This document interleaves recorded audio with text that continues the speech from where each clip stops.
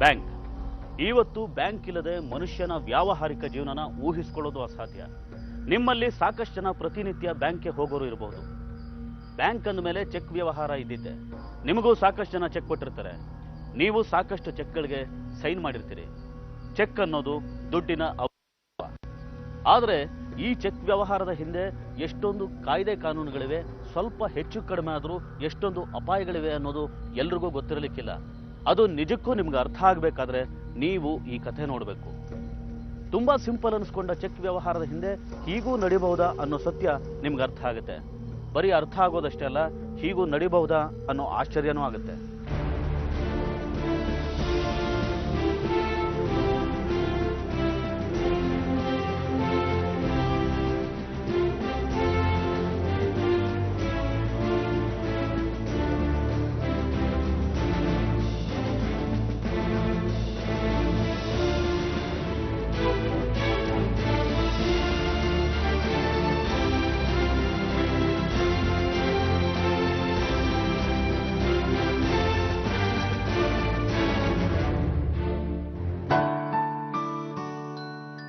ಹೀಗೂ ನಡಿಬಹುದಾ ಅನ್ನೋ ಈ ಕಥೆ ನಡೆದಿದ್ದು ಉತ್ತರ ಕನ್ನಡ ಜಿಲ್ಲೆ ಸಿದ್ದಾಪುರ ತಾಲೂಕಿನ ವಾಜ್ಗೋಡ್ ಅನ್ನೋ ಊರಲ್ಲಿ. ಅಲ್ಲಿ ಶ್ರೀಧರ ಹೆಗಡೆ ಅನ್ನೋ ಸಭ್ಯ ವ್ಯಕ್ತಿಯ ಕುಟುಂಬ, ಜೊತೆಗೆ ಅಣ್ಣನೇ ದೇವರು ಅಂತ ಗೌರವಿಸೋ ರಾಮಚಂದ್ರ ಹೆಗಡೆ ಹಾಗೂ ಮಂಜುನಾಥ್ ಹೆಗಡೆ ಅನ್ನೋ ತಮ್ಮಂದ್ರು. ಇವರೆಲ್ಲರಿಗೂ ಬೆನ್ನೆಲುಬಾಗಿರೋ ತಾಯಿ ಸರಸ್ವತಿ ಹೆಗಡೆ. ಹಿರಿಯ ಅಣ್ಣ ಶ್ರೀಧರ ಹೆಗಡೆಗೆ ಮದುವೆಯಾಗಿ ಒಬ್ಬ ಮಗನೂ ಇರ್ತಾನೆ. ಎರಡನೇ ತಮ್ಮ ರಾಮಚಂದ್ರ ಹೆಗಡೆ ಬೆಳಗಾವಿಗೆ ಹೋಗಿ ಸ್ವಂತ ಉದ್ಯೋಗ ಮಾಡ್ಕೊಂಡಿರ್ತಾನೆ. ಆತನಿಗೂ ಮದುವೆ ಆಗಿರುತ್ತೆ. ಕೊನೆ ತಮ್ಮ ಮಂಜುನಾಥ್ ಹೆಗಡೆ ಆಗಷ್ಟೇ ಓದು ಮುಗಿಸಿರ್ತಾನೆ. ಹೀಗಿದ್ದಾಗ ತಂದೆಯ ತಿಥಿ ಕಾರ್ಯಕ್ರಮಕ್ಕೆ ಬೆಳಗಾವಿಯಿಂದ ರಾಮಚಂದ್ರ ಹೆಗಡೆ ಹಾಗೂ ಅವನ ಹೆಂಡತಿ ಬಂದಿರ್ತಾರೆ. ಅಂತೂ ಬಂದಿಯಲ್ಲ. ಎಲ್ಲಿ ನಿನ್ ವ್ಯವಹಾರದ ಮಧ್ಯೆ ಬರ್ತೀಯೋ ಇಲ್ವೋ ಅಂತ ಅನ್ಕೊಂಡಿದ್ದೆ. ಸದ್ಯ ಬಂದಿಲ್ಲ ಮರೆಯ. ವ್ಯವಹಾರ ಇದ್ದಿದ್ದೆ ಅಣ್ಣ, ಹಾಗಂತ ಅಪ್ಪನ ಕಾರ್ಯಕ್ಕೂ ಬರ್ದೇ ಇರಕ್ಕಾಗತ್ತೆಯೇ? ರಾಮಚಂದ್ರ, ಹೇಗಿದೆ ಬೆಳಗಾವಿ? ಕಷ್ಟಪಟ್ಟು ದುಡಿಯೋರ್ಗೆ ಏನಣ್ಣ, ಯಾವ ಊರಾದ್ರೂ ಒಂದೇ. ದುಡಿಮೆ ಇದೆ ನಿಜ, ಆದ್ರೆ ಅಷ್ಟೇ ಖರ್ಚು ಇದೆ. ಇಲ್ಲಿ ದುಡ್ಡಿಲ್ಲ ಅಂದ್ರೆ ಹೇಗೋ ಜೀವನ ನಡೆಸಬಹುದು, ಆದ್ರೆ ಅಲ್ಲಿ ಕುಡಿಯೋ ನೀರಿಗೂ ದುಡ್ಡು ಕೊಡ್ಬೇಕು ನೋಡಿ. ಮನುಷ್ಯರಿಗೆ ಬೆಲೆ ಇಲ್ಲ, ಅಲ್ಲಿ ದುಡ್ಡಿಗೆ ಮಾತ್ರ ಬೆಲೆ. ಕಾಲ ಬದಲಾದಾಗೆ ಎಲ್ಲ ಬದಲಾಗತ್ತೆ. ಏನೋ ರಾಮಚಂದ್ರ, ನೀನಂತೂ ಒಳ್ಳೆ ಹಾದಿಗೆ ಬಂದೆ. ನನಗಂತೂ ಈ ಮಂಜುನಾಥಂದೇ ಯೋಚನೆ ಆಗ್ಬಿಟ್ಟಿದೆ. ಯೋಚನೆ ಯಾಕಣ್ಣ? ನಿನ್ ಹೂವನ್ನು ನಾಳೆ ನನ್ನ ಜೊತೆ ಇವನ್ನ ಬೆಳಗಾವಿ ಕರ್ಕೊಂಡು ಹೋಗ್ತೀನಿ. ಏನೋ ಮಂಜು, ಬರ್ತೀಯ ನನ್ನ ಜೊತೆ? ಇಬ್ರು ಹೇಗೆ ಹೇಳ್ತಿರೋ ಹಾಗೆ. ಆದ್ರೆ ಅಣ್ಣ ಇಲ್ಲಿ ಒಬ್ಬರೇ ಆಗ್ತಾರೆ, ತೋಟದ ಕೆಲಸ ಕಷ್ಟ ಆಗುತ್ತೋ ಏನೋ. ಅದ್ರ ಬಗ್ಗೆ ನೀನೇನು ಯೋಚನೆ ಮಾಡಬೇಡ, ಅದೆಲ್ಲ ಹೇಗೋ ನಡೆಯುತ್ತೆ. ಅಡಿಕೆ ಮರಗಳನ್ನೇ ನಂಬ್ಕೊಂಡು ಎಷ್ಟು ದಿವಸ ಬದುಕೋದಕ್ಕೆ ಸಾಧ್ಯ? ನೀ ಬೆಳೆಯೋ ಹುಡುಗ, ಓದ್ಕೊಂಡಿದೀಯ. ನೀವು ಓದಿದ್ದು ದಂಡ ಆಗ್ಬಾರ್ದಲ್ವಾ? ಹೌದಣ್ಣ, ಇವನು ನಮ್ಮಿಬ್ರಿಗಿಂತ ಚುರುಕು. ಇಂಥವ್ರು ಬೇಕಲ್ಲಿ ವ್ಯವಹಾರಕ್ಕೆ. ನಾಳೆ ಕರ್ಕೊಂಡು ಹೋಗ್ತೀನಿ ಇವನ ಜೊತೆಗೆ. ಸರಿ, ಈ ವಿಷಯ ಅಮ್ಮಂಗೆ ತಿಳಿಸ್ಬೇಕು. ಪಾಪ ಅವಳು ಬೇಜಾರು ಮಾಡ್ಕೋತಾಳೋ ಏನೋ. ಅತ್ತೆ, ಬೆಳಗಾವಿಗೆ ಬರ್ತೀನಿ ಅಂತ ಹೇಳೋದ್ರಲ್ಲೇ ಆಯ್ತು ನೀವು. ಈ ಸತಿ ಭಾವನ್ಗೆ ಹೇಳಿ ಕರ್ಕೊಂಡು ಹೋಗ್ತೀನಿ ನಾನು. ಅಯ್ಯೋ, ನಂಗೀಗ ಅಷ್ಟು ದೂರ ಬಸ್ನಲ್ಲಿ ಹೋಗಿ ಬರೋಕೆ ಆಗುದಿಲ್ಲ ಮಾರೈತಿ. ಈಗ ನಮ್ಗೆ ತಿರುಗಾಡೋ ಮನಸ್ಸು ಇಲ್ಲ, ವಯಸ್ಸು ಇಲ್ಲ. ಆದ್ರೆ ನಿಮ್ಮನ್ನೆಲ್ಲ ನೋಡ್ತಿರ್ಬೇಕು ಅನ್ಸುತ್ತೆ. ಏನ್ ಮಾಡೋದು, ನೀವೆಲ್ಲ ಬಂದು ಹೋಗ್ತಾ ಇರ್ತೀರಲ್ಲ, ಸಾಕು ಬಿಡಿ. ಅತ್ತೆ, ನಿಮ್ಗೆ ಹೋಗ್ಬೇಕು ಅನ್ಸಿದ್ರೆ ಹೋಗ್ ಬನ್ನಿ, ಇಲ್ಲಿ ಯೋಚನೆ ಮಾಡಬೇಡಿ, ನಾನಿದ್ದೀನಲ್ಲ ನೋಡ್ಕೋತೀನಿ. ಸುಶೀಲಾ, ಅಮ್ಮನ ಬೆಳಗಾವಿ ಕಳಿಸ್ಬೇಕು ಅಂತಿದ್ಯಾ? ನಾವು ಆಗ್ಲೇ ಯಾರನ್ನ ಕಳಿಸ್ಬೇಕು ಅಂತ ತೀರ್ಮಾನ ತಗೊಂಡಾಯ್ತು. ಏನು ಜಯಂತ ಹೊರಟು ನಿಂತಿಯಾನ? ಈಗ ಬೇಡ, ಸ್ಕೂಲ್ ಇದೆ, ಸ್ಕೂಲಿಗೆ ರಜಾ ಬಂದಾಗ ನಾನೇ ಕಳಿಸ್ತೀನಿ. ಅದಕ್ಕೆ ನಾನು ನಿಮ್ಮ ಮಗನ ಎಲ್ಗೂ ಕರ್ಕೊಂಡು ಹೋಗ್ತಾ ಇಲ್ಲ. ನಾನು ಕರ್ಕೊಂಡು ಹೋಗ್ಬೇಕಂತಿರೋದು ನಮ್ಮ ಮಂಜುನಾಥನ್ನ. ಅಣ್ಣನೂ ಒಪ್ಪಿದ್ದಾರೆ ಇದಕ್ಕೆ. ನೀನೇನಂತೀಯಮ್ಮ, ಕಳಿಸ್ಲೋ ಬೇಡವೋ? ಮಕ್ಕಳೆಲ್ಲ ದೂರ ಇರೋದಂದ್ರೆ ಯಾವ ಅಮ್ಮನಿಗೆ ಖುಷಿ ಆಗುತ್ತೋ ಹೇಳು. ಹಂಗಂತ ಹೇಳಿ ಎಲ್ಲರನ್ನೂ ಹತ್ರ ಇಸ್ಕೊಳಕ್ಕಾಗತ್ತೆಯೇ? ನಿಮ್ಗೆಲ್ಲ ಹೆಂಗ ಅನಿಸುತ್ತೋ ಹಂಗ್ ಮಾಡಿ. ಅಮ್ಮ, ಯಾಕೆ ಬೇಸರ ಮಾಡ್ಕೋತೀಯ? ಓದಿರೋ ಹುಡುಗ, ಅಲ್ಲಾದ್ರೆ ನನಗೂ ವ್ಯವಹಾರದಲ್ಲಿ ಜೊತೆಗಿದ್ದಾಗುತ್ತೆ. ನಾಳೆ ಅವನು ಸ್ವಂತ ವ್ಯವಹಾರ ಶುರು ಮಾಡ್ಕೋಬಹುದು. ಆಯ್ತಪ್ಪ, ಒಟ್ಟಿನಲ್ಲಿ ನೀವು ಮೂರೂ ಜನ ರಾಮ ಲಕ್ಷ್ಮಣ ಭರತ ಇದ್ದಾಗಿದ್ರು ಸಾಕು ನೋಡಿ.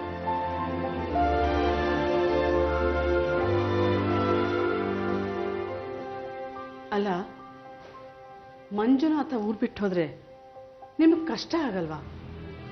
ಎಲ್ಲಾರು ಸುಖ ನೋಡ್ಕೊಂಡು ಹೋದ್ರೆ ನಿಮ್ ಕಷ್ಟ ಕೇಳೋರು ಯಾರು? ಏನ್ ಮಾತಾಡ್ತೀಯ ಮಾರೈತಿ? ಅವರು ನನ್ನಂಗೆ ಇರ್ಬೇಕೇನೋ? ಹಾಗಲ್ಲ ರೀ, ನೀವು ಇಷ್ಟು ದಿನ ಅವ್ರು ಓದಲಿ ಕೆಲಸ ಸಿಕ್ಲಿ ಅಂತ ಕಷ್ಟಪಟ್ರಿ.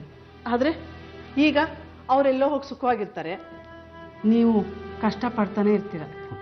ಎಲ್ಲೋ ಚೆನ್ನಾಗಿರ್ಲಿ ಬಿಡೆ, ಅವ್ರು ಚೆನ್ನಾಗಿದ್ರೆ ನಾಳೆ ನಮ್ಮ ಕಷ್ಟಕ್ಕಾಗೋದಿಲ್ವೇನೆ? ಎಲ್ಲೋ ದೂರ ಹೋಗಿ ಈ ಅಣ್ಣನ ಮರ್ತು ಬಿಡ್ತಾರೆ ಅನ್ಕೊಂಡಿದೀಯಾ? ಅವ್ರು ನನ್ನ ತಮ್ಮಂದ್ರಲ್ಲ ಕಣೆ, ನನ್ನ ಮಕ್ಕಳು. ಏನೋ ನಿಮ್ಮಿಷ್ಟ, ನಿಮ್ಮ ತಮ್ಮಂದ್ರು.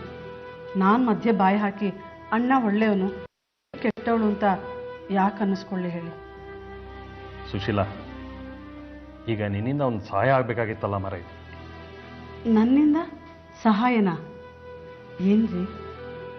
ಮಂಜುನಾಥ ಬೇರೆ ಬೇರೆ ಊರಿಗೆ ಹೋಗ್ತಿದ್ದಾನೆ, ಜೊತೆಗೆ ರಾಮಚಂದ್ರ ಇರ್ತಾನೆ ನಿಜ. ಆದರೆ ಬೇರೆ ಊರು, ಎಲ್ಲದಕ್ಕೂ ಅಣ್ಣ ಅದಕ್ಕೇನು ಕೇಳೋಕ್ಕಾಗತ್ತೇನೋ. ಅದಕ್ಕೆ ಕೈಗೊಂದು 10,000 ಕೊಟ್ಟು ಕಳಿಸೋಣ ಅಂತ. ರಾಮಚಂದ್ರ ಬೇರೆ ಏನೋ ವ್ಯವಹಾರ ಶುರು ಮಾಡ್ತಿದ್ದಾನಂತೆ. ಹಣದ ಮುಗ್ಗಟ್ಟಿದೆ ಅಂತ ಅನ್ಸುತ್ತೆ. ಬಾಯ್ಬಿಟ್ಟು ಕೇಳಲಿಲ್ಲ, ಆದರೆ ಗೊತ್ತಾಗಿಯೂ ಸುಮ್ಮನಿರೋದು ಹೇಗೆ? ಏನೋ ನಿಮ್ಮಿಷ್ಟ, ನಿಮ್ಮ ತಮ್ಮಂದ್ರು. ನನ್ನಿಂದ ಏನು ಸಹಾಯ ಆಗ್ಬೇಕು ಹೇಳಿ? ಈಗ ನನ್ನ ಹತ್ರ ಅಷ್ಟೊಂದು ದುಡ್ಡಿಲ್ಲ. ನಿನ್ನ ಬಂಗಾರನ ಅಡ ಇಟ್ಟು ಅವರು ದುಡ್ಡು ಕೊಡೋದು ಬಿಟ್ಟು ಬೇರೆ ದಾರಿನೇ ಇಲ್ಲ. ಇದು ನನ್ನ ಮರ್ಯಾದೆ ಪ್ರಶ್ನೆ ಮಾರೈತಿ. ನಿಮಗೆ ಗೊತ್ತಿರೋ ಹಾಗೆ ನನ್ನ ಮದುವೆ ಆದಾಗಿಂದ ಒಂದೇ ಒಂದು ನತ್ತು ಕೂಡ ಮಾಡಿಸ್ಕೊಂಡಿಲ್ಲ. ಅಮ್ಮನ ನೆನಪಿಗೆ ಕೊಟ್ಟು ಒಡವೆಗಳು ಸ್ವಲ್ಪ ಇದೆ. ಈಗ ಅದನ್ನು ಒಡವೆ ಇರೋದೇ ಕಷ್ಟಕ್ಕಲ್ವೇನೆ? ನೀನು ಅದನ್ನು ಹಾಕೊಂಡಿರೋದೇ ನಾನು ನೋಡಿಲ್ಲ.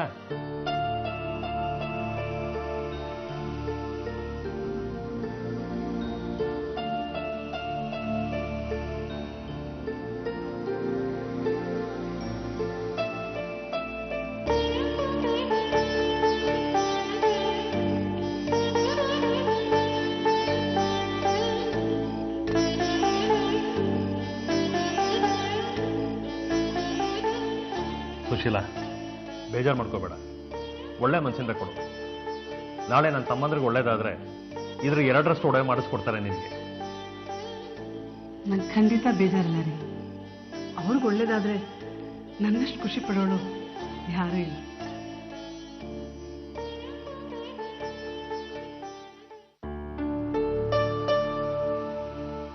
ಹೋಗ್ಬರ್ತೀನಿ ಅಣ್ಣ.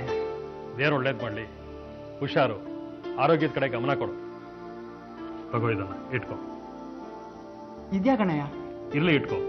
ದೂರ ಹೋಗ್ತಿದ್ಯಾ, ಯಾವ್ದಕ್ಕಾದ್ರೂ ಅಗತ್ಯಕ್ಕೆ ಬೇಕಾಗತ್ತೆ. ಅಣ್ಣ, ನಾವಿನ್ ಬರ್ತೀವಿ. ಒಳ್ಳೇದಾಗ್ಲಪ್ಪ.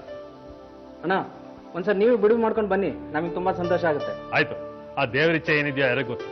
ಅವ್ನು ನಿಮ್ಮ ಹತ್ರ ಕರೆಸ್ಕೊಂಡ್ರೆ ಖಂಡಿತ ಬರ್ತೀನಿ. ರಾಮಚಂದ್ರ, ತಗೋ ಇದನ್ನ.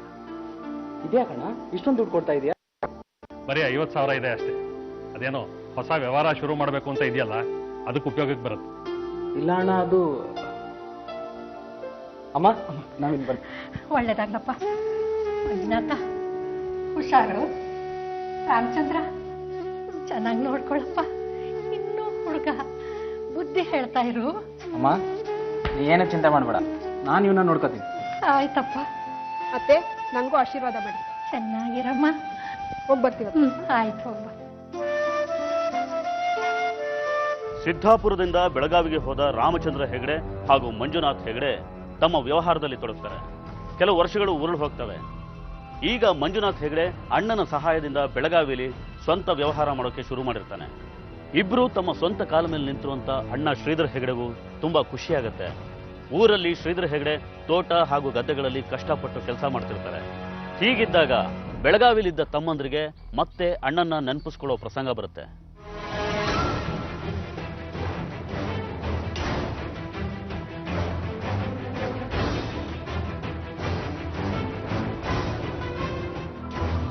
ನಾವು ಅನ್ಕೊಂಡಾಗೆ ಬಿಸ್ನೆಸ್ ನಡೀತಾ ಇಲ್ಲ. ಪೇಮೆಂಟ್ ಬೇರೆ ಸ್ಟಕ್ ಆಗ್ಬಿಟ್ಟಿದೆ. ಹೀಗೆ ಆದರೆ ತುಂಬ ಕಷ್ಟ ಆಗುತ್ತೆ. ಹೌದಣ್ಣಯ್ಯ, ಹೀಗೆ ಮುಂದುವರೆದ್ರೆ ತುಂಬ ಕಷ್ಟ ಆಗುತ್ತೆ. ಇಷ್ಟೊತ್ತಾರು ಮಾತಾಡ್ತಾನೆ ಇದ್ದೀರಾ? ಬನ್ನಿ ಊಟಕ್ಕೆ. ನಾವು ಬರ್ತೀವಿ, ಬೇಗ ಬನ್ನಿ. ಒಂದು ದಾರಿ ಇದೆ ಮಂಜು. ಏನಣ್ಣ?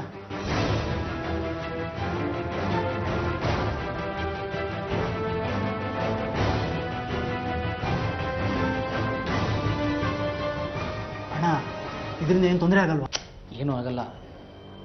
ಸರಿ, ಹಾಗಾದರೆ ಯಾವ ಊರಿಗೆ ಹೋಗೋಣ? ತಡ ಮಾಡೋದು ಬೇಡ, ನಾಳೆನೇ ಹೊರಡೋಣ. ನಮಗಿಲ್ಲಿ ತೊಂದರೆ ಇರೋದು ಅಣ್ಣನಿಗೆ ಗೊತ್ತಾಗೋದು ಬೇಡ. ನಾವು ಚೆನ್ನಾಗಿದ್ದೀವಿ ಅಂದ್ಕೊಂಡಿದ್ದಾನೆ, ಆ ನಂಬಿಕೆ ಹಾಳಾಗಬಾರ್ದು. ಆಯ್ತಣ್ಣ. ಅಣ್ಣ, ಅತ್ತಿಗೆ ಚೆನ್ನಾಗಿದ್ಯಾ? ಪುಟ ಚೆನ್ನಾಗಿದ್ಯಾ? ಚೆನ್ನಾಗಿದ್ದೀರಾ? ಚೆನ್ನಾಗಿದ್ದೀರಲ್ಲ? ನೋಡಪ್ಪ, ನೀವು ಹೀಗೆ ಅವಾಗ ಬರ್ತಾ ಇದ್ರೆ ನಮಗೂ ಸಂತೋಷ ಆಗುತ್ತೆ. ಆಮೇಲೆ ನಿನ್ನ ವ್ಯವಹಾರನೆಲ್ಲ ಹೇಗಿದೆ? ಚೆನ್ನಾಗಿ ನಡೀತಿದ್ದೆ ಅಣ್ಣ, ಎಲ್ಲ ನಿನ್ನ ಆಶೀರ್ವಾದ. ಹೌದಣ್ಣಯ್ಯ, ಬೆಳಗಾವಿಲಿ ನಾವು ಇವತ್ತು ಏನೇ ಸಾಧನೆ ಮಾಡಿದ್ರು ಅದಕ್ಕೆ ಕಾರಣ ನೀವೇ. ಅದ್ರಲ್ಲಿ ನಂದೇನಪ್ಪ ಇದೆ, ನೀವು ಕಷ್ಟಪಟ್ಟು ದುಡ್ದಿದ್ದೀರಿ, ಅದಕ್ಕೆ ಫಲ ಸಿಕ್ಕಿದೆ. ಇವಾಗ ನೀವು ಚೆನ್ನಾಗಿದ್ದೀರಿ, ನಮಗೆಲ್ಲ ಅದೇ ಸಂತೋಷ. ನೋಡ್ರಪ್ಪ, ನಿಮ್ಮ ಅಣ್ಣ ಅತ್ತಿಗೆ ನಿಮ್ಗಾಗಿ ಎಷ್ಟು ಕಷ್ಟಪಟ್ಟಿದ್ದಾರೆ ಗೊತ್ತಾ? ನೀವು ಚೆನ್ನಾಗಿರುವಾಗ ಅವ್ರನ್ನ ಮಾತ್ರ ಖಂಡಿತ ಮರಿಬೇಡಿ, ಇದೇ ನನ್ನ ಆಸೆ. ಅಮ್ಮ, ನೀನು ಈ ಮಾತು ನಮ್ಗೆ ಹೇಳ್ಬೇಕಾ? ಅಣ್ಣ ಅತ್ತಿಗೆನೆ ನಮ್ಮ ದೇವರಿದ್ದಾಗೆ. ಅಣ್ಣ ತಗೋ ಇದು. ಇದೆಲ್ಲ ನನಗ್ಯಾಕಪ್ಪ, ನೀನೇ ಇಟ್ಕೋ. ನೀನು ವ್ಯವಹಾರ ಮಾಡ್ತಾ ಇದೀಯಾ, ನಿನಗೆ ಬೇಕಾಗತ್ತೆ. ಅಣ್ಣ, ನಮ್ಮ ಹತ್ರ ಸಾಕಷ್ಟಿದೆ, ಆದ್ರೆ ಕ್ಯಾಶ್ ತರಕ್ಕಾಗ್ಲಿಲ್ಲ. ನಮ್ಗೆ ಅಲ್ಲಿ ಲಾಭ ಬಂದಾಗ್ಲೆಲ್ಲ ನಿಮಗೂ ಕೊಡಬೇಕು ಅಂತ ನಮ್ಗೆ ತುಂಬಾ ಆಸೆ. ಪ್ರತಿ ಸರಿ ದುಡ್ಡು ಕೊಡೋಕಂತಾನೆ ಬಂದು ಹೋಗೋದು ಕಷ್ಟ, ಹಾಗೆ ಪ್ರತಿ ಸರಿ ಜಾಸ್ತಿ ದುಡ್ಡು ತರೋದು ಕಷ್ಟ ಆಗುತ್ತೆ. ಹೌದಪ್ಪ, ಈಗಿನ ಕಾಲದಲ್ಲಿ ಜಾಸ್ತಿ ದುಡ್ಡು ತಗೊಂಡ್ ಬರೋದೇ ತುಂಬಾ ಅಪಾಯ. ಅದಕ್ಕೆ ಅಣ್ಣ, ಈ ಊರಲ್ಲಿ ನಿಮ್ಮ ಹೆಸರಲ್ಲಿ ಒಂದು, ಅಮ್ಮನ ಹೆಸರಲ್ಲೂ ಒಂದು ಅಕೌಂಟ್ ಓಪನ್ ಮಾಡಿದ್ರೆ ನಾವಲ್ಲಿ ಅಕೌಂಟಿಗೆ ದುಡ್ಡು ಹಾಕ್ತಿದ್ದಾಗ ನೀವಿಲ್ಲಿ ಡ್ರಾ ಮಾಡ್ಕೋಬಹುದು. ವ್ಯವಹಾರ ಅಂದಮೇಲೆ ನಿಮಗೆ ಗೊತ್ತಲ್ಲಣ್ಣ, ಎಲ್ಲ ಇನ್ಕಮ್ಮು ಲೆಕ್ಕಕ್ಕೆ ತೋರಿಸಿದ್ರೆ ಸಂಪಾದನೆ ಮಾಡಿದ್ದೆಲ್ಲ ಟ್ಯಾಕ್ಸೇ ಕಟ್ಟಬೇಕಾಗುತ್ತೆ. ಅದಕ್ಕೆ ನಿಮ್ಮಿಬ್ಬರ ಅಕೌಂಟಲ್ಲೂ ವ್ಯವಹಾರ ಮಾಡ್ತಾ ಇದ್ರೆ ಸ್ವಲ್ಪ ದುಡ್ಡು ಉಳಿಸ್ಬೋದು ಅಂತ ಅಷ್ಟೇ. ಆದ್ರೆ ಸರ್ಕಾರಕ್ಕೆ ಕಟ್ಟಬೇಕಾಗಿರೋ ದುಡ್ಡನ್ನ ಕಟ್ಟದೇ ಇರೋದು ತಪ್ಪಲ್ವಾ? ಅಣ್ಣ, ಸರ್ಕಾರಕ್ಕೂ ನಾವು ಕಟ್ತೀವಿ, ಆದ್ರೆ ಹೀಗೆ ಒಂದು 3-4 ಅಕೌಂಟಲ್ಲಿ ಟ್ರಾನ್ಸಾಕ್ಷನ್ ಮಾಡ್ತಾ ಇದ್ರೆ ನ್ಯಾಯಯುತವಾಗಿ ಸ್ವಲ್ಪ ದುಡ್ಡು ಉಳಿಸ್ಬೋದು. ಅದಕ್ಕೆ ನಾವೇನ್ ಮಾಡಬೇಕು? ಏನೂ ಇಲ್ಲಣ್ಣ, ನಿಮ್ಮ ಹೆಸರಲ್ಲಿ ಒಂದು ಅಕೌಂಟು, ಅಮ್ಮನ ಹೆಸರಲ್ಲಿ ಒಂದು ಅಕೌಂಟು ಇಲ್ಲಿ ಓಪನ್ ಮಾಡಿ ಒಂದು ಚೆಕ್ ಬುಕ್ ತೊಗೊಂಡು ನೀವು ಅದಕ್ಕೆ ಸೈನ್ ಮಾಡಿ ಕೊಟ್ಬಿಟ್ರೆ ನಾವು ಯಾವಾಗ ಬೇಕಾದ್ರೂ ದುಡ್ಡು ಹಾಕೋದು ತೆಗೆಯೋದು ಮಾಡ್ತಾ ಇರ್ಬೋದು. ಅಲ್ಲ, ಇದರಿಂದ ನಿಮ್ಮ ಅಣ್ಣಂಗೆ ಏನಾದರೂ ತೊಂದರೆ ಆಗಲ್ವೇನೋ? ತೊಂದರೆ ಏನು ಆಗಲ್ಲಮ್ಮ, ಒಳ್ಳೆನೇ ಆಗುತ್ತೆ. ನಿಮ್ಮ ಹತ್ರ ಹೇಗಿದ್ರು ಡೆಬಿಟ್ ಕಾರ್ಡ್ ಇರುತ್ತಲ್ಲ, ನಾವು ಅಲ್ಲಿ ಅಕೌಂಟಿಗೆ ದುಡ್ಡು ಹಾಕ್ತಿದ್ರೆ ನೀವು ಇಲ್ಲಿ ದುಡ್ಡು ತಗೋಬಹುದು. ಎಲ್ಲ ಅನುಕೂಲವಾಗಿ ಆಗುತ್ತೆ. ನಿಮ್ಮ ಅಣ್ಣಯ್ಯ ಯಾವಾಗಲೂ ಹೇಳ್ತಾ ಇದ್ರು, ನನ್ನ ತಮ್ಮಂದ್ರು ನನ್ನ ಕೈ ಅಂತ. ಅಂತೂ ಕೊನೆಗೂ ಸತ್ಯ ಆಗೋಯ್ತು. ಆ ದೇವ್ರು ದೊಡ್ಡವನು. ನೀವಿಬ್ರು ಚೆನ್ನಾಗಿಟ್ಟಿರ್ಲಿ. ಸರಿ, ಹಾಗಿದ್ರೆ ಇವತ್ತೇ ಬ್ಯಾಂಕಿಗೆ ಹೋಗಿ ಅಕೌಂಟ್ ಓಪನ್ ಮಾಡೋಣ. ಅಣ್ಣ ಶ್ರೀಧರ್ ಹೆಗಡೆಗೆ ತಮ್ಮಂದ್ರು ಚೆನ್ನಾಗಿ ಸಂಪಾದನೆ ಮಾಡ್ತಾ ಇದ್ದಾರೆ, ವ್ಯವಹಾರ ಚೆನ್ನಾಗಿ ನಡೀತಾ ಇದೆ ಅನ್ನೋ ಸಂತೋಷ. ಹಾಗಾಗಿ ತಮ್ಮಂದ್ರಿಗೆ ತಮ್ಮಿಂದಾದ ಎಲ್ಲ ಸಹಾಯ ಮಾಡೋದಕ್ಕೆ ತಯಾರಾಗ್ತಾರೆ. ತಮ್ಮಂದ್ರ ಜೊತೆ ಸಿದ್ದಾಪುರದ ಕೆನರಾ ಬ್ಯಾಂಕ್ ಹಾಗೂ ವರದಾ ಗ್ರಾಮೀಣ ಬ್ಯಾಂಕ್ಗೆ ಹೋಗ್ತಾರೆ. ಇದಕ್ಕೂ ಮೊದಲು ಶ್ರೀಧರ್ ಹೆಗಡೆ ಅವರು ಅಷ್ಟಾಗಿ ಬ್ಯಾಂಕ್ ವ್ಯವಹಾರ ಮಾಡಿರೋದಿಲ್ಲ. ಅವರಿಗೆ ಅಲ್ಲಿ ತನಕ ಅಂಥ ಅಗತ್ಯನೂ ಬಿದ್ದಿರೋದಿಲ್ಲ. ಈಗ ತಮ್ಮಂದ್ರಿಗಾಗಿ ಶ್ರೀಧರ್ ಹೆಗಡೆ ಹಾಗೂ ತಾಯಿ ಸರಸ್ವತಿ ಹೆಗಡೆ ಹೆಸರಲ್ಲಿ ಬ್ಯಾಂಕ್ನಲ್ಲಿ 2 ಖಾತೆ ತೆರೀತಾರೆ. ತಾಯಿ ಸರಸ್ವತಿ ಹೆಗಡೆಗೂ ಮಕ್ಕಳ ಬೆಳವಣಿಗೆ ನೋಡಿ ಖುಷಿಯಾಗತ್ತೆ. ರಾಮಚಂದ್ರ ಹಾಗೂ ಮಂಜುನಾಥ ಬ್ಯಾಂಕ್ನಿಂದ ತಗೊಂಬಂದ ಚೆಕ್ ಬುಕ್ನ ಅಷ್ಟು ಚೆಕ್ಗಳಿಗೆ ಶ್ರೀಧರ್ ಹೆಗಡೆ ಹಾಗೂ ಸರಸ್ವತಿ ಹೆಗಡೆಯ ಸಹಿ ತಗೋತಾರೆ. ಅಮ್ಮ, ಇಲ್ಲಿ ಸೈನ್ ಮಾಡಿ. ಪ್ರತಿ ಪೇಜ್ಗೂ ಇಲ್ಲಿ ಸೈನ್.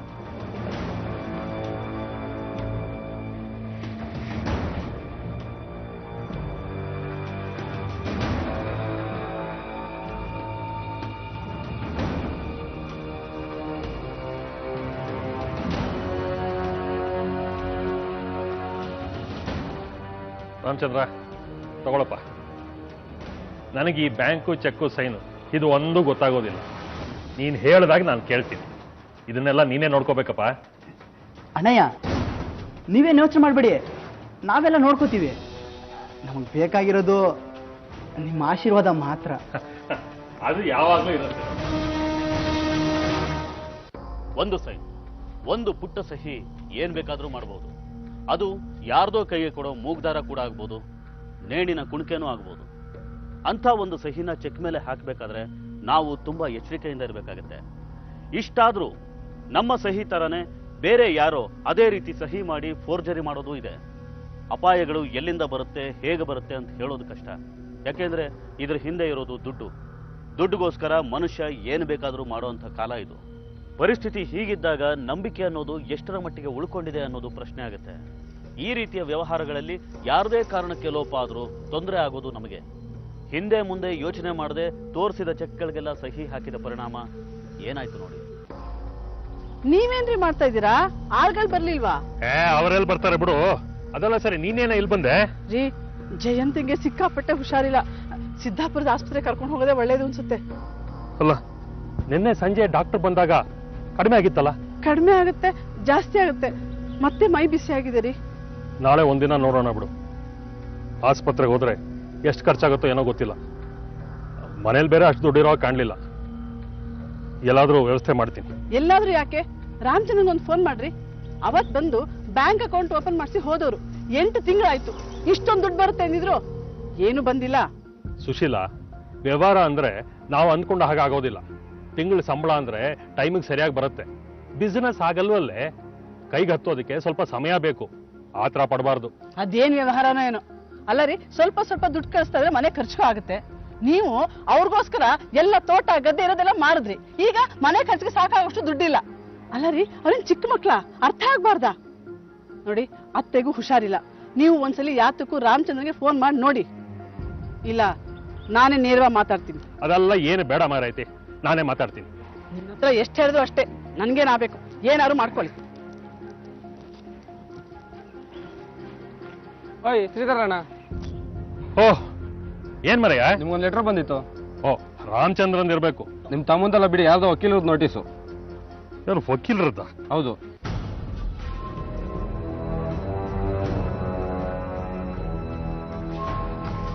ಯಾರ್ದು ಲೆಟ್ರು? ಯಾರೋ ಲಾಯರ್ದು. ಲಾಯರ್ದಾ? ಏನಂತೆ? ಏನೋ ಗೊತ್ತಿಲ್ಲ. ಶ್ರೀಧರ, ಅದು ರಾಮಚಂದ್ರಂಗ್ ಬಂದದ್ದಿರ್ಬೋದು. ನೀನ್ ಅದನ್ನ ಒಡೆದು ಓದು ಮೊದಲು ಅವನಿಗೊಂದು ಫೋನ್ ಮಾಡಿ ನೋಡ್ಕೊ, ಏನ್ ವಿಷಯ ಇದೆಯೋ ಏನೋ. ಹೌದಮ್ಮ, ಹಾಗೆ ಮಾಡ್ತೀನಿ.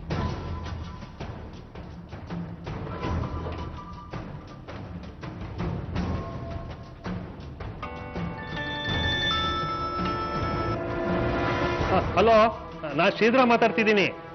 ಹಾ ಅಣ್ಣ, ಚೆನ್ನಾಗಿದ್ಯಾ? ಅಮ್ಮ ಅತ್ತಿಗೆ ಎಲ್ಲ ಹೇಗಿದ್ದಾರೆ? ನಾವೆಲ್ಲ ಚೆನ್ನಾಗಿದ್ದೀವಿ. ನೀವೆಲ್ಲ ಹೇಗಿದ್ದೀರಿ? ಹಾ, ನಾವೆಲ್ಲ ಚೆನ್ನಾಗಿದ್ದೀವಿ ಅಣ್ಣ. ಅದೇನೋ ಲಾಯರ್ ನೋಟಿಸ್ ಬಂದಿದೆ, ಏನು ಅಂತ ಗೊತ್ತಾಗ್ಲಿಲ್ಲ. ನಿನಗೇನಾದ್ರೂ ಬರೋದಿತ್ತ?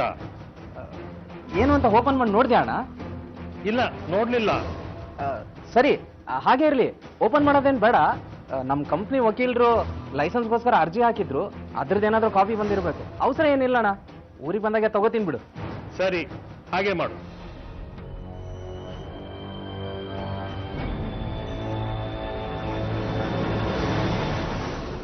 ಏನಂತೋ? ಅವನಿಗೆ ಬಂದಿರೋದಂತೆ. ಏನೋ ಅವಸರ ಇಲ್ಲ, ಬಂದಾಗ ನೋಡ್ತೀನಿ ಎಂದ. ಯಾವಾಗ ಬರ್ತಾನಂತೆ? ಗೊತ್ತಿಲ್ಲ. ಸರಿ, ಜಯಂತ ರೆಡಿ ಇದಾನ ನೋಡು, ಆಸ್ಪತ್ರೆ ಕರ್ಕೊಂಡು ಹೋಗೋಣ. ಹಾ, ಕರಿತೀನಿ.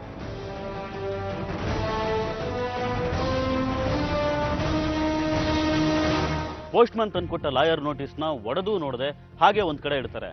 ಸುಮಾರು 6 ತಿಂಗಳು ಕಳೆದು ಹೋಗುತ್ತೆ. ಆಗ ಒಂದು ಸಮನ್ಸ್ ಬರುತ್ತೆ. ಮತ್ತೆ ತಮ್ಮನಿಗೆ ಫೋನ್ ಮಾಡ್ತಾರೆ. ಆಗ ರಾಮಚಂದ್ರ ಅದೇನು ಮುಖ್ಯವಾದದ್ದಲ್ಲ, ಹಾಗೇ ಇರಲಿ, ಅವರು 2 ಅಡ್ರೆಸ್ಗೆ ಕಳಿಸಿದ್ದಾರೆ, ಇಲ್ಲಿ ನನಗೂ ಒಂದು ಬಂದಿದೆ ಅಂತ ಹೇಳ್ತಾನೆ. ಹಾಗಾಗಿ ಶ್ರೀಧರ್ ಹೆಗಡೆ ಕೋರ್ಟಿಂದ ಬಂದ ಸಮನ್ಸನ್ನ ಮೊದಲು ಬಂದ ಪತ್ರದ ಜೊತೆಗೆ ಇಡ್ತಾರೆ. ಕೆಲವು ತಿಂಗಳು ಕಳೆದು ಹೋಗುತ್ತೆ. ಆ ನಂತರ ಒಂದಿನ ಮಫ್ತಿಲಿರೋ 2 ಪೊಲೀಸರು ಶ್ರೀಧರ್ ಹೆಗಡೆಯವರ ಮನೆ ಬಾಗಿಲನ್ನ ಬಡಿತಾರೆ. ಯಾರಿದ್ದೀರಾ ಮನೆಯಲ್ಲಿ? ಯಾರು? ಶ್ರೀಧರ ಹೆಗಡೆ ಅಂದ್ರೆ ನೀವೇನಾ? ಹೌದು, ನಾನೇ. ಏನಾಗಬೇಕಿತ್ತು? ಯಾರು? ನಿಮಗೆ ಯಾರು ಬೇಕಿತ್ತು? ನಾವು ಬೆಳಗಾಂನಿಂದ ಬರ್ತಾ ಇದ್ದೀವಿ, ಪೊಲೀಸ್ನವರು. ನಾನು ಕರ್ನಾಟಕ ಬ್ಯಾಂಕ್ ಬೆಳಗಾಮಲ್ಲಿ ಕೆಲಸ ಮಾಡ್ತಿದ್ದೀನಿ. ಶ್ರೀಧರ್ ಹೆಗಡೆ ನೀವು? ಸರಸ್ವತಿ ಹೆಗಡೆ ಯಾರು? ನನ್ನ ತಾಯಿಯವರು. ನೀವಿಬ್ಬರು ಕೊಟ್ಟಿರುವಂತ ಚೆಕ್ಸ್ ಬೌನ್ಸ್ ಆಗಿದೆ. ನಿಮ್ಮನ್ನ ಬೆಳಗಾವಿಗೆ ಕರ್ಕೊಂಡು ಹೋಗಿ ಬಂದಿದ್ದೀವಿ. ಹಾಗಂದ್ರೆ ನೀವಿಬ್ರು ಕೊಟ್ಟಿರೋ 4 ಚೆಕ್ಗಳು ಸುಮಾರು 20 ಲಕ್ಷ ರೂಪಾಯಿ ಇದ್ದು ನಮ್ಮ ಬ್ಯಾಂಕಲ್ಲಿ ಡಿಸ್ಕೌಂಟ್ ಆಗಿದೆ. ಅದನ್ನು ಕಲೆಕ್ಷನ್ಗೆ ನಿಮ್ಮ ಬ್ಯಾಂಕಿಗೆ ಕಳಿಸಿದಾಗ ಅಲ್ಲಿ ದುಡ್ಡಿಲ್ಲ ಅಂತ ವಾಪಸ್ ಬಂದಿದೆ. ನೀವು ಚೆಕ್ ಕೊಟ್ಟು ಮೋಸ ಮಾಡಿದ್ದೀರಾ ಅಂತ ನಾವು ನಿಮ್ಮ ಮೇಲೆ ಕೇಸ್ ಹಾಕಿದ್ದೀವಿ. ನಿಮ್ಮನ್ನು ಅರೆಸ್ಟ್ ಮಾಡಿ ಕರ್ಕೊಂಡು ಹೋಗೋದಕ್ಕೆ ಅಂತ ಪೊಲೀಸರನ್ನು ಕರ್ಕೊಂಡು ಬಂದಿದ್ದೀವಿ. ಏನು ಅರೆಸ್ಟಾ? ನಮಗೆ ಇದ್ರ ಬಗ್ಗೆ ಏನೂ ಗೊತ್ತಿಲ್ಲ. ನೀವು ದಿಢೀರ್ ಅಂತ ಬಂದು ಅರೆಸ್ಟ್ ಮಾಡ್ತೀನಿ ಅಂದ್ರೆ? ನೋಡಿ, ನಾವು ದಿಢೀರ್ ಅಂತ 1 ವರ್ಷದ ಹಿಂದೆನೇ ನಿಮಗೆ ನೋಟಿಸ್ ಕಳಿಸಿದ್ವಿ. ನೀವು ಅದಕ್ಕೆ ಉತ್ತರ ಕೊಟ್ಟಿಲ್ಲ. 6 ತಿಂಗಳ ನಂತರ ಕೋರ್ಟ್ನಿಂದ ಸಮನ್ಸ್ ಕಳಿಸಿದ್ದೀವಿ. ನೀವು ಅದಕ್ಕೂ ಪ್ರತಿಕ್ರಿಯೆ ಕೊಟ್ಟಿಲ್ಲ.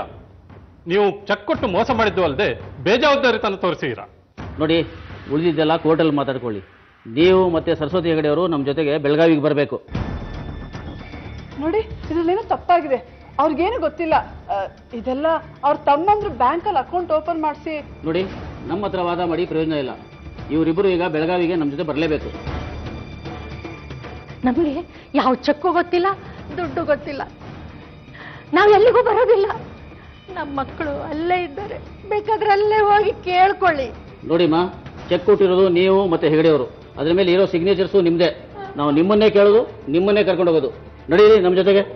ನೋಡಿ ಸ್ವಾಮಿ, ನಾವು ಈ ಊರಲ್ಲಿ ಮರ್ಯಾದೆಯಿಂದ ಬದುಕ್ತಾ ಇರೋ ಜನ.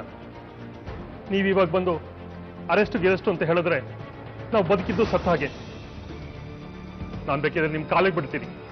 ದಯವಿಟ್ಟು ನಮ್ಮನ್ನು ಬಿಟ್ಬಿಡಿ. ನಾನು ನನ್ನ ತಮ್ಮಂಗೆ ಫೋನ್ ಮಾಡ್ತೀನಿ. ನೋಡಿ, ನೀವು ಯಾರಿಗೂ ಫೋನ್ ಮಾಡೋ ಹಾಗಿಲ್ಲ. ಕೋರ್ಟಿಂದ ಆರ್ಡರ್ ಆಗಿದೆ, ನಿಮ್ಮನ್ನು ಕರ್ಕೊಂಡು ಹೋಗಬೇಕು. ನಡೀರಿ ನಿಮ್ಮ ಜೊತೆಗೆ. ಆಯಿತು, ನಾನು ಬರ್ತೀನಿ. ಆದರೆ ಅಮ್ಮನ ಬಿಟ್ಬಿಡಿ. ಪಾಪ ಅವ್ರಿಗೆ ವಯಸ್ಸಾಗಿದೆ, ಆರೋಗ್ಯ ಬೇರೆ ಸರಿ ಇಲ್ಲ. ದಯವಿಟ್ಟು ಅವ್ರನ್ನ ಬಿಟ್ಬಿಡಿ. ನೋಡ್ರಿ, ನೀವು ಹೇಳಿದಾಗೆಲ್ಲ ಕೇಳೋಕ್ಕಾಗಲ್ಲ. ಆರೋಗ್ಯ ಸರಿ ಇಲ್ಲ ಅಂತಂದ್ರೆ ಜಡ್ಜ್ ಸಾಹೇಬರು ಆಸ್ಪತ್ರೆಗೆ ಕಳಿಸಿ ಟ್ರೀಟ್ಮೆಂಟ್ ಮಾಡಿಸ್ತಾರೆ. ನಡೀರಿ ನಮ್ಮ ಜೊತೆಗೆ. ರಾಮ ರಾಮ, ನಾನು ಯಾಕಾದ್ರೂ ಬದುಕಿರ್ಲಿ ದೇವ್ರೆ. ಬೇಗ ಜೀವ ತಕೊಂಡ್ಬಿಡಪ್ಪ ದೇವ್ರೆ. ನನ್ನ ಜೀವ ಆದ್ರೂ ಹೋಗ್ಬಾರ್ದ. ಯಾರಿಗೇನ್ ಮಾಡಿದ್ದೀನಿ ನಾನು? ಬನ್ನಿ ಸರ್, ಬನ್ನಿ. ಇದನ್ನೆಲ್ಲ ಯಾಕೆ ಅನುಭವಿಸ್ತೀಯೋ? ದಯವಿಟ್ಟು ಹೋಗ್ಬಿಟ್ಬಿಡಿ.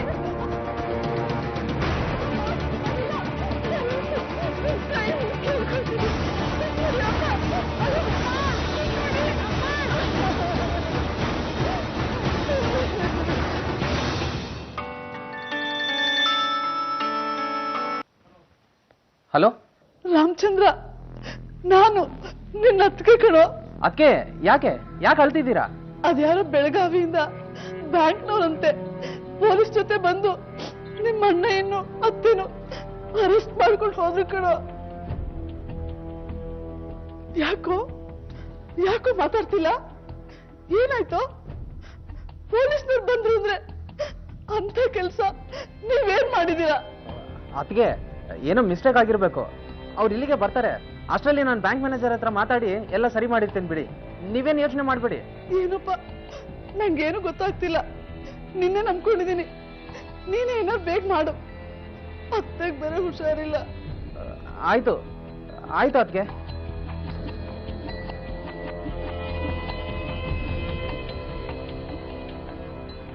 ಅಮ್ಮ, ಅವರೆಲ್ಲ ಯಾರಮ್ಮ? ಯಾಕೆ ಅಜ್ಜಿನ ಅಪ್ಪಯ್ಯನ ಕರ್ಕೊಂಡು ಹೋದ್ರು? ನನಗೂ ಗೊತ್ತಿಲ್ಲ ಕಂದ. ಇಷ್ಟಕ್ಕೂ ಇದೆಲ್ಲ ದಿಢೀರಂತ ನಡೆದ ಬೆಳವಣಿಗೆ ಅಲ್ಲ. ಊರಿಗೆ ಬಂದು ಅಣ್ಣ ಹಾಗೂ ತಾಯಿ ಹೆಸರಲ್ಲಿ ಅಕೌಂಟ್ ಓಪನ್ ಮಾಡಿಸಿ ಚೆಕ್ಗಳಿಗೆ ಸೈನ್ ಹಾಕಿಸ್ಕೊಂಡು ಹೋದ ತಮ್ಮಂದ್ರು ಬೆಳಗಾವಿಗೆ ಹೋದ್ಮೇಲೆ ಮಾಡಿದ್ದೇ ಬೇರೆ. ಅಲ್ಲಿ 2 ಚೆಕ್ಗಳನ್ನ ರಾಮಚಂದ್ರ ತನ್ನ ಐಶ್ವರ್ಯ ಸರ್ವಿಸಸ್ ಅನ್ನೋ ಕಂಪನಿ ಹೆಸರಿಗೆ ಬರ್ಕೋತಾನೆ. ಇನ್ನೆರಡು ಚೆಕ್ಗಳನ್ನ ಮಂಜುನಾಥ ತನ್ನ ಅನ್ನಪೂರ್ಣ ಏಜೆನ್ಸೀಸ್ ಅನ್ನೋ ಕಂಪನಿ ಹೆಸರಿಗೆ ಬರ್ಕೋತಾನೆ. ಈ 4 ಚೆಕ್ಗಳ ಮೊತ್ತ ಸುಮಾರು 20 ಲಕ್ಷ ರೂಪಾಯಿ. ಅಣ್ಣ ಶ್ರೀಧರ್ ಹೆಗಡೆ ಹಾಗೂ ತಾಯಿ ಸರಸ್ವತಿ ಬ್ಯಾಂಕ್ ಅಕೌಂಟ್ ಅಲ್ಲಿ 20 ಲಕ್ಷ ರೂಪಾಯಿ ಇರಲಿ, 2,000 ರೂಪಾಯಿ ಇಲ್ಲ ಅನ್ನೋದು ಅವ್ರಿಗೆ ಗೊತ್ತಿತ್ತು. ಅವರಿಗೆ ಬೆಳಗಾವಿಯ ಕರ್ನಾಟಕ ಬ್ಯಾಂಕ್ ಮ್ಯಾನೇಜರ್ ಜೊತೆ ವಿಶ್ವಾಸ ಚೆನ್ನಾಗಿತ್ತು. ಅದಾಗಲೇ ಲಕ್ಷಾಂತರ ರೂಪಾಯಿ ವ್ಯವಹಾರ ಮಾಡಿದ್ರು. ಅಣ್ಣ ಹಾಗೂ ತಾಯಿ ಹೆಸರಿನ ಕೆಲವು ಚೆಕ್ಗಳನ್ನ ತಾವೇ ಅಕೌಂಟ್ಗೆ ಹಣ ಹಾಕಿ ಡಿಸ್ಕೌಂಟ್ ಮಾಡಿ ನಂಬಿಕೆ ಬರೆಸ್ಕೊಂಡಿದ್ರು. ಹಾಗಾಗಿ ಈ ಸಲ 4 ಚೆಕ್ಗಳನ್ನ ಡಿಸ್ಕೌಂಟ್ ಮಾಡಿ 20 ಲಕ್ಷ ಹಣ ಪಡ್ಕೋತಾರೆ. ಆದ್ರೆ ಅಣ್ಣ ಹಾಗೂ ತಾಯಿ ಅಕೌಂಟ್ಗೆ ಯಾವುದೇ ಹಣ ಹಾಕೋದಿಲ್ಲ. ಅಳ್ಬೇಡಮ್ಮ, ರಾಮಚಂದ್ರ ಮಂಜುನಾಥ ಬರ್ತಾರೆ.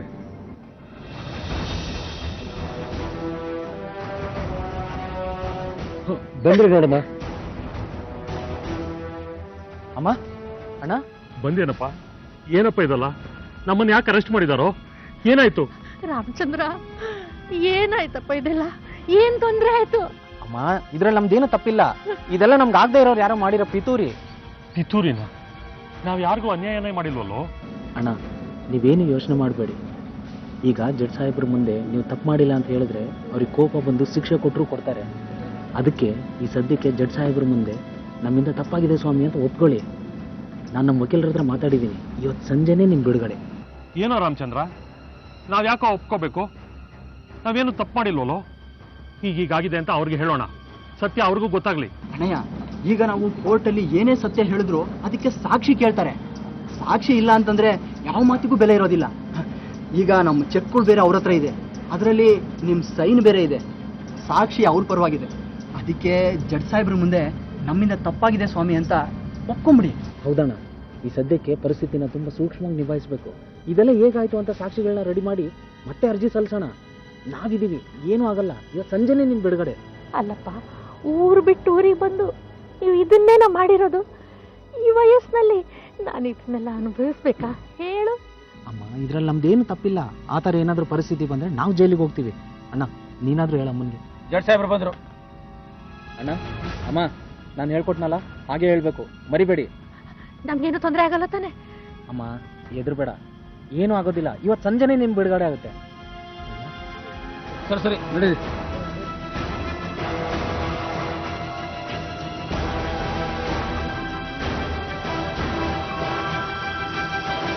ಆರೋಪಿ ಸ್ಥಾನದಲ್ಲಿ ನಿಂತಿರುವ ಶ್ರೀಧರ್ ಹೆಗ್ಡೆ ಹಾಗೂ ಸರಸ್ವತಿ ಹೆಗ್ಡೆ ಖುದ್ದು ತಮ್ಮ ಮೇಲಿನ ಆಪಾದನೆಯನ್ನು ಒಪ್ಪಿಕೊಂಡಿದ್ದಾರೆ.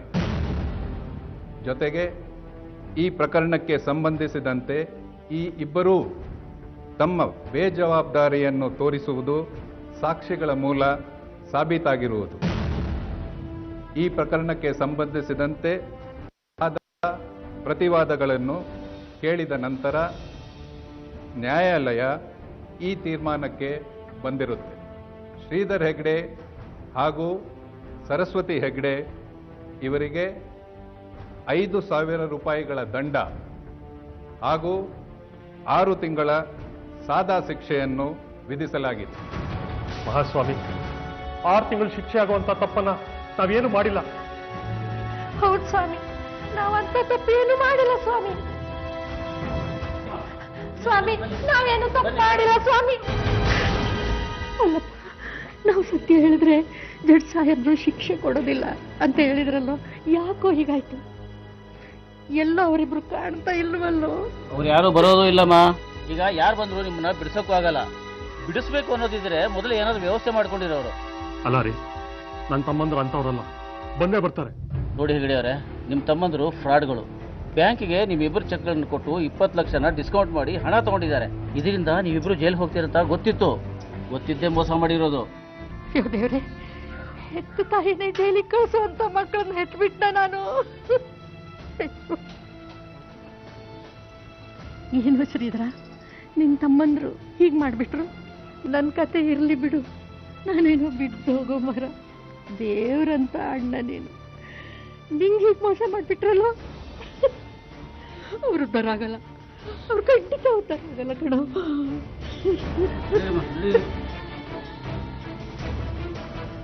ಹೀಗೆ ಒಂದಲ್ಲ ಒಂದಿನ ಅಣ್ಣ ಹಾಗೂ ತಾಯಿ ಜೈಲು ಸೇರಬೇಕಾಗುತ್ತೆ ಅನ್ನೋದು ರಾಮಚಂದ್ರನ್ಗೆ ಮೊದಲೇ ಗೊತ್ತಿತ್ತು. ಮೊದಲನೇ ಸಲ ಅರೆಸ್ಟ್ ಆಗಿ ಬಂದ ಮೇಲೂ ಮತ್ತೊಂದು ಅವಕಾಶ ಇತ್ತು.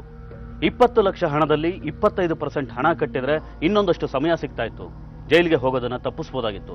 ಶ್ರೀಧರ್ ಹೆಗ್ಡೆಗೆ ಅಷ್ಟು ಹಣ ಹೊಂದಿಸೋ ಚೈತನ್ಯ ಇರಲಿಲ್ಲ. ತಮ್ಮಂದ್ರು ಸಹಾಯ ಮಾಡೋದಿಲ್ಲ, ಸಹಾಯ ಮಾಡೋ ಉದ್ದೇಶನೂ ಅವ್ರಿಗಿರೋದಿಲ್ಲ. ಆ ಸಮಯನೂ ಕಳೆದು ಹೋದ ಮೇಲೆ ತಮ್ಮಂದ್ರು ಭವಿಷ್ಯಕ್ಕೋಸ್ಕರ ಬದುಕನ್ನೇ ಅಡ ಇಟ್ಟಿದ್ದ ಶ್ರೀಧರ್ ಹೆಗ್ಡೆ ಹಾಗೂ ಜನ್ಮ ಕೊಟ್ಟ ತಾಯಿ ಜೈಲು ಸೇರ್ಬೇಕಾಗತ್ತೆ. ಹೇಗಿದ್ದೀರಿ ಅತ್ತೆ? ಹೇಗಿದ್ದೀರಿ? ಏನಂತ ಹೇಳಮ್ಮ, ಆ ದೇವರು ಇನ್ನೂ ನನ್ನನ್ನು ಕರ್ಕೊಂಡು ಹೋಗ್ಲಿಲ್ವಲ್ಲ ಅನ್ನೋದೇ ಚಿಂತೆ ಆಗಿದೆ ನನಗೆ. ಅಯ್ಯೋ, ಹಾಗನ್ಬೇಡಿ ಅತ್ತೆ. ಕಾಲು ನೋವು ಹೇಗಿದೆ ಈಗ? ಮನಸ್ಸಿಗಾಗಿರೋ ಗಾಯದ ಮುಂದೆ ಈ ಕಾಲು ನೋವೇ ಮರೆತು ಹೋಗಿದೆ. ನಾನು ಹೆತ್ತ ಮಕ್ಕಳೇ ಬೆನ್ನಿಗೆ ಚೂರಿ ಹಾಕಿದ್ರಲ್ಲ, ಆ ನೋವಿಗಿಂತ ದೊಡ್ಡ ನೋವು ಬೇರೆ ಯಾವ್ದಾದ್ರೂ ಇದೆಯಾ ಹೇಳು? ಊರಲ್ಲಿ ಏನಾಗ್ತಿದೆ ಸುಶೀಲ? ರಾಮಚಂದ್ರ ಏನಾದ್ರೂ ಬಂದಿದ್ನ? ಅವನಲ್ಲಿ ಬರ್ತಾನೆ, ಯಾವ ಮುಖ ಇಟ್ಕೊಂಡು ಬರ್ತಾನೆ ಹೇಳಿ? ಅವರಂಥ ರಾಕ್ಷಸರು ಅಂತ ನಾನು ಅನ್ಕೊಂಡಿರ್ಲಿಲ್ಲ. ಸುಶೀಲ ಏನಂತ ಹೇಗಿದ್ದಾನೆ? ಸ್ಕೂಲ್ಗೆ ಹೋಗ್ತಿದ್ದಾನ? ಊರೇ ಹೋಗ್ತಾ ಇದ್ದಾನೆ. ಆದ್ರೆ ತಿನ್ಬೇಳಗಾದ್ರೆ ಅಪ್ಪ ಎಲ್ಲಿ, ಅಜ್ಜಿ ಎಲ್ಲಿ ಅಂತ ಕೇಳ್ತಾನೆ ಇರ್ತಾನೆ.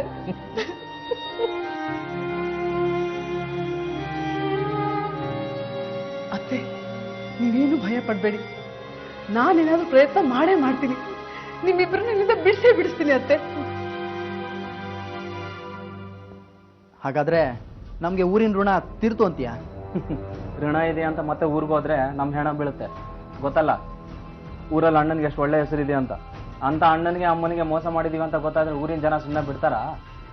ಅಣ್ಣಯ್ಯ, ನಾವೇನೋ ತಪ್ಪು ಮಾಡಿದ್ವಿ ಅನ್ನಿಸ್ತಾ ಇದೆ. ಈ ತಪ್ಪು ಸರಿ, ನ್ಯಾಯ ಅನ್ಯಾಯ, ಪಾಪ ಪುಣ್ಯ ಎಲ್ಲ ಊರಲ್ಲೇ ಬಿಟ್ಟು ಬಂದೆ ಊರು ಬಿಡುವಾಗ. ನೋಡ್ರಿ, ನೀವು ಪಾಪ ಮಾಡ್ತಿರೋ ಪುಣ್ಯ ಮಾಡ್ತಿರೋ ಅದು ನನಗೆ ಬೇಕಾಗಿಲ್ಲ. ನಾನು ಮೊದಲು ನೆಕ್ಲೆಸ್ ತಗೋಬೇಕು. ಡಿಸೈನು ನೋಡಿಟ್ಟಿದ್ದೀನಿ. 1,60,000 ಹೋಗುತ್ತೆ. ಮೊದಲು ದುಡ್ಡು ಕೊಡಿ. ತಗೊಳ್ಳೆ, ನಿನ್ಗಿಲ್ದಿರೋ ದುಡ್ಡ? ಅಣ್ಣ, ಅದಕ್ಕೆ ಅಕ್ಕೆ ನೀವಿಲ್ಲಿ ನಿನ್ ಹೊಲ್ಸ್ ಬಾಯಿಲಿ ಅದಕ್ಕೆ ಅನ್ಬೇಡ. ಯಾವತ್ತು ನಿಮ್ಮ ಅಣ್ಣಯ್ಯನ ಅಮ್ಮನ್ನ ಜೈಲಿಗೆ ಕಳ್ಸಿದ್ರು ಅವತ್ತೇ ನಿಮ್ಮಿಬ್ರು ಸಂಬಂಧ ಕಡ್ದು ಹೋಯ್ತು. ಅದಕ್ಕೆ ನೀವು ನನ್ನ ತಪ್ಪು ತಿಳ್ಕೊಂಡಿದ್ದೀರಾ? ಹೌದಪ್ಪ, ತಿಳ್ಕೊಂಡಿದ್ದೆ. ಇಷ್ಟು ದಿನ ತಪ್ಪು ತಿಳ್ಕೊಂಡಿದ್ದೆ. ಒಬ್ಬ ಲಕ್ಷ್ಮಣ, ಒಬ್ಬ ಭರತ. ಆಹಾ, ಹೋಗಿ ಹೋಗಿ ನಿಮ್ಮ ಅಣ್ಣ ನಿಮ್ಮಿಬ್ರನ್ನ ದೇವರು ಅನ್ಕೊಂಡಿದ್ದು. ಏನಕ್ಕೆ ಜೋರಾಗಿ ಮಾತಾಡ್ತಾ ಇದ್ದೀರಾ? ನಾವೇನೋ ಮೋಸ ಮಾಡಿದೀವಿ ಅನ್ನೋ ಹಾಗೆ. ಏನಪ್ಪ, ಕಡೆ ಪಕ್ಷ ನೀವು ಮಾಡಿರೋದು ಮೋಸ ಅಂತ ನಿಮ್ಗೆ ಇನ್ನೂ ಗೊತ್ತಾಗಿಲ್ವಾ? ತುಂಬಾ ದೂರ ಹೋಗ್ಬಿಟ್ಟಿದ್ದೀರಪ್ಪ. ನೋಡಿ ಅದಕ್ಕೆ, ನಾವು ನಿಮಗೆ ಮೋಸ ಮಾಡ್ತಾ ಇಲ್ಲ.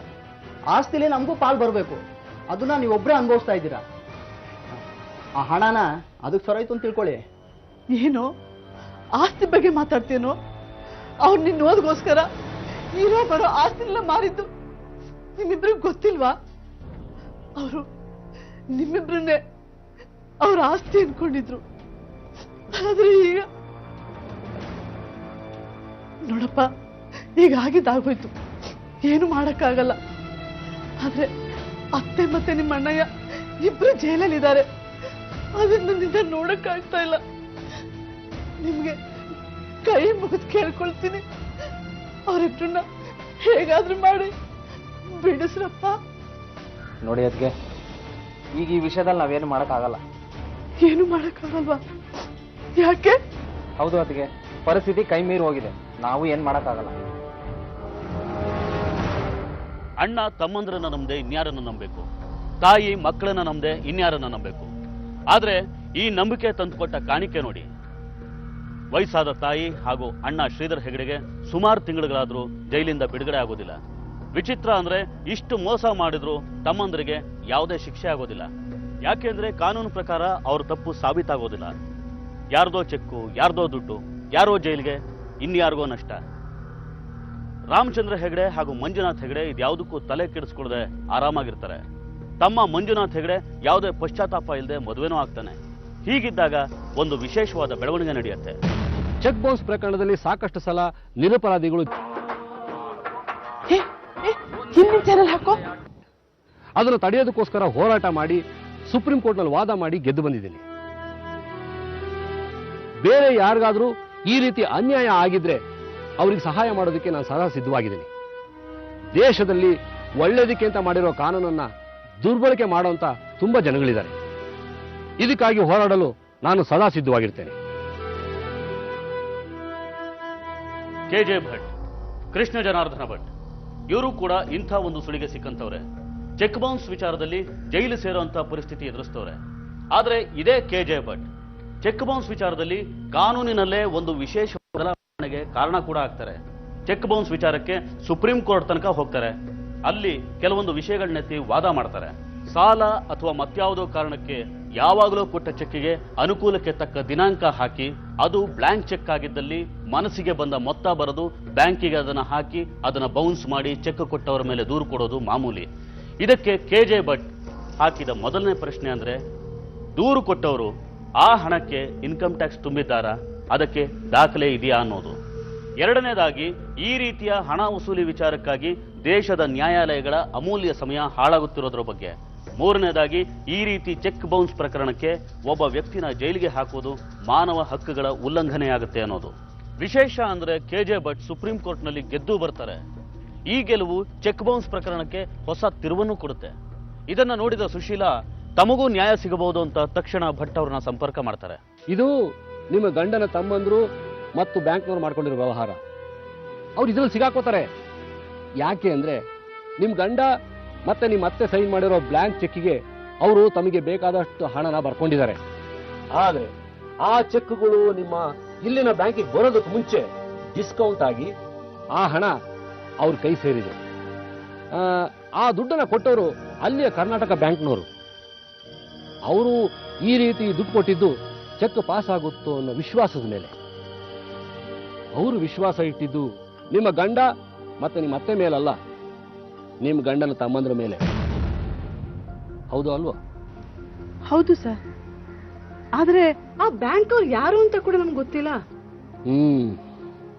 ಅಲ್ಲಿಗೆ ಬೆಳಗಾವಿಯ ಕರ್ನಾಟಕ ಬ್ಯಾಂಕ್ನವರು ಒಳೊಳಗೆ ಮಾಡಿಕೊಂಡ ವ್ಯವಹಾರಕ್ಕೆ ಅವರು ಹೊಣೆ ಹಾಕ್ತಾರೆ. ಅವ್ರಿಗೆ ಈ ರಾಮಚಂದ್ರ ಹೆಗಡೆ ಮತ್ತು ಮಂಜುನಾಥ ಹೆಗಡೆ ಮೋಸ ಮಾಡಿದ್ದಾರೆ ಅನ್ನೋದು ಗೊತ್ತಿದೆ. ಆದ್ರೆ ಕಾನೂನು ಪ್ರಕಾರ ಅವ್ರಿಗೇನು ಮಾಡೋದಕ್ಕೆ ಸಾಧ್ಯ ಆಗದೆ ಇರೋದ್ರಿಂದ ಚೆಕ್ ಕೊಟ್ಟಿರೋ ನಿಮ್ ಗಂಡ ಮತ್ತೆ ಅತ್ತೆ ಮೇಲೆ ಕೇಸ್ ಹಾಕಿದ್ದಾರೆ. ಈಗ ನಾವು ಮಾಡಬೇಕಾಗಿರೋ ಪ್ರಶ್ನೆ ಅಂದ್ರೆ ಇವ್ರ ಮೇಲೆ ಕೇಸ್ ಹಾಕೋದಕ್ಕೆ ಅವರಿಗೆ ಎಷ್ಟರ ಮಟ್ಟಿಗೆ ಅಧಿಕಾರ ಇದೆ ಅನ್ನೋದು. ಏನೋ ಸರ್, ನಂಗೆ ಈ ಕೋರ್ಟು ಕೇಸು ಅವೆಲ್ಲ ಏನೂ ಗೊತ್ತಿಲ್ಲ. ನೀವೇನಾದ್ರು ಮಾಡಬೇಕು. ನೀವೇನು ಯೋಚನೆ ಮಾಡಬೇಡಿ, ನಾನು ನಿಮಗೆ ಸಹಾಯ ಮಾಡ್ತೀನಿ. ಇದರಲ್ಲಿ ನಿಮ್ ಗಂಡ ಮತ್ತೆ ಅತ್ತೆ ಯಾವುದೇ ರೀತಿ ಜವಾಬ್ದಾರ ಅಲ್ಲ ಅನ್ನೋದನ್ನ ಸುಲಭವಾಗಿ ಪ್ರೂವ್ ಮಾಡ್ಬೋದು. ನನಗೆ ಇದಕ್ಕೆ ಸಂಬಂಧಪಟ್ಟಿರೋ ದಾಖಲೆಗಳು ಏನೇನಿದೆಯೋ ಅದನ್ನೆಲ್ಲ ತಂದ್ಕೊಡಿ. ಆಯ್ತು ಸರ್, ಅಷ್ಟು ಮಾಡಿ. ಈ ನಿಮ್ಮ ಉಪಕಾರನ ನಾನು ಯಾವತ್ತೂ ಮರೆಯಲ್ಲ. ಆಗ್ಲಮ್ಮ. ಇದೇ ವಿಷಯಗಳನ್ನ ಮುಂದಿಟ್ಕೊಂಡು ಕೆಜೆ ಭಟ್ ಹೈಕೋರ್ಟ್ಗೆ ಪಿಟಿಷನ್ ಹಾಕ್ತಾರೆ. ಅಲ್ಲಿ ಈ ಪ್ರಕರಣದಲ್ಲಿ ನಡೆದಿರೋ ವಿಚಾರಗಳನ್ನ ಗಮನಕ್ಕೆ ತರ್ತಾರೆ. ಇವ್ರ ಮೇಲೆ ದೂರು ದಾಖಲಿಸಿರೋ ಬೆಳಗಾವಿಯ ಕರ್ನಾಟಕ ಬ್ಯಾಂಕ್ ಹೊಣೆಗಾರಿಕೆಯನ್ನು ಪ್ರಶ್ನೆ ಮಾಡ್ತಾರೆ. ಜೊತೆಗೆ ತಾವು ಸುಪ್ರೀಂ ಕೋರ್ಟ್ನಲ್ಲಿ ಗೆದ್ದ ವಿಚಾರನ ಮುಂದಿರಿಸಿಕೊಂಡು ಅದನ್ನ ಉದಾಹರಣೆ ಹಾಕೊಡ್ತಾರೆ. ಕೊನೆಗೆ ಈ ಪ್ರಕರಣದಲ್ಲಿ ಶ್ರೀಧರ್ ಹೆಗಡೆ ಹಾಗೂ ಸರಸ್ವತಿ ಹೆಗಡೆ ಇದಕ್ಕೆ ಹೊಣೆಗಾರರಲ್ಲ ಅನ್ನೋದು ಸಾಬೀತಾಗಿ ಬಿಡುಗಡೆ ಮಾಡ್ತಾರೆ. ಹೇಗಿದೆಯೋ ಪುಟ್ಟ? ಚೆನ್ನಾಗಿದ್ದೀನಿ. ನೀವ್ ಹೇಗಿದ್ದೀರಪ್ಪ? ಚೆನ್ನಾಗಿದ್ದೀನಿ. ಅಜ್ಜಿ ಚೆನ್ನಾಗಿದ್ದೀರಾ? ಚೆನ್ನಾಗಿದ್ದೀನಪ್ಪ.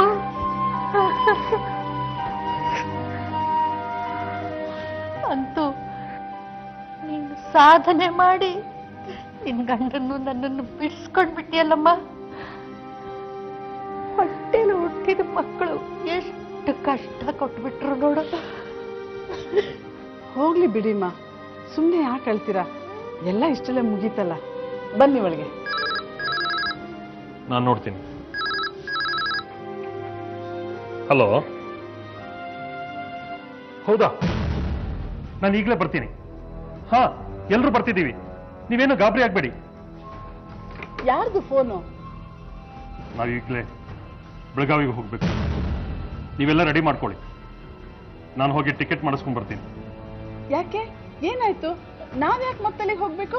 ಹೋಗ್ತಾ ಎಲ್ಲ ಹೇಳ್ತೀನಿ. ಶ್ರೀಧರ, ನಾನು ಎಲ್ಲಿಗೂ ಬರೋದಿಲ್ಲ. ನೀವು ಹೋಗೋದು ಬೇಡ ಎಲ್ಲಿಗೂ. ಆ ಊರಿನ ಸಂಬಂಧವೇ ಬೇಡ ನಮ್ಗೆ. ಅಲ್ಲಿ ನಮ್ಗೆ ಯಾರು ಇಲ್ಲ. ನನಗಿರೋದು ನೀನು ಒಬ್ಬನೇ ಮಗ ಕಣೋ, ಒಬ್ಬನೇ. ಅಮ್ಮ, ನಾವು ಅಲ್ಲಿಗೆ ಹೋಗ್ಲೇಬೇಕಮ್ಮ. ನಮ್ಮ ರಾಮಚಂದ್ರ ಸಾಯೋ ಸ್ಥಿತಿಲಿದ್ದಾನಮ್ಮ. ರಾಮಚಂದ್ರನಿಗೆ ಏನಾಯ್ತು? ಅದೇನು ಕಾಕತಾಳಿ ಅನ್ನೋ ಗೊತ್ತಿಲ್ಲ. ಸ್ವಂತ ಅಣ್ಣ ಹಾಗೂ ತಾಯಿನ ಸ್ವಾರ್ಥಕ್ಕಾಗಿ ಜೈಲಿಗೆ ಕಳಿಸಿದ ರಾಮಚಂದ್ರ ಹೆಗಡೆ ಸಾಯೋ ಸ್ಥಿತಿ ತಲುಪ್ತಾನೆ. ಆದ್ರೆ ಸಾವಿಗೆ ಇದ್ದ ಕಾರಣ ಕ್ಯಾನ್ಸರ್ ಕಾಯಿಲೆ.